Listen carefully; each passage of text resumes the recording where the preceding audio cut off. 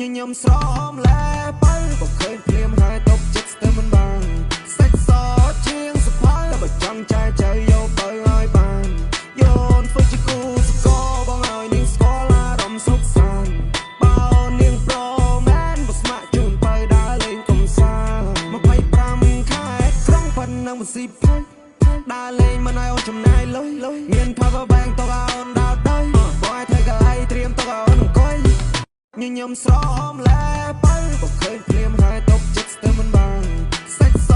ជាងសភៅតែបើចង់ចែកចៅយកទៅឲ្យបាន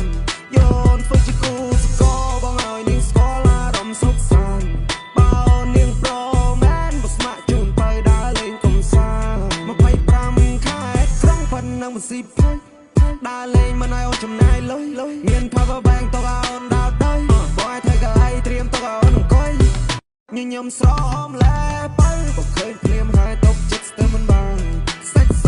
ជាងសភៅតែបើចង់ចែកចៅយកទៅឲ្យបានយោនធ្វើជាគូស្គរបងឲ្យនាងស្គាល់អារម្មណ៍សុខសាន្តបើនាងប្រមែនបើស្ម័គ្រជូនទៅដើរលេងកំសាន្ត25ខែត្រង់ប៉ុណ្ណឹងមិនស៊ីផុយដើរលេងមិនឲ្យអូនចំណាយលុយមាន power bank ទៅឲ្យអូនដើរទៅបងឲ្យធ្វើកៅអីត្រៀមទៅឲ្យអូនអង្គុយញញឹមស្រោមលែបើក៏ឃើញភ្លាមហើយតបចិត្តស្ទើរមិនបានសាច់សជាងសភៅតែបើចង់ចែកចៅយកទៅឲ្យបានយោនធ្វើជាគូស្គរបងឲ្យនាងស្គាល់អារម្មណ៍សុខសាន្តបើនាងប្រមែនបើស្ម័គ្រជូនទៅដើរលេងកំសាន្ត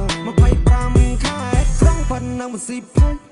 ដើរលេងមិនឲ្យអូនចំណាយលុយមាន power bank ទៅឲ្យអូនដើរទៅបងឲ្យធ្វើកៅអីត្រៀមទៅឲ្យអូនអង្គុយ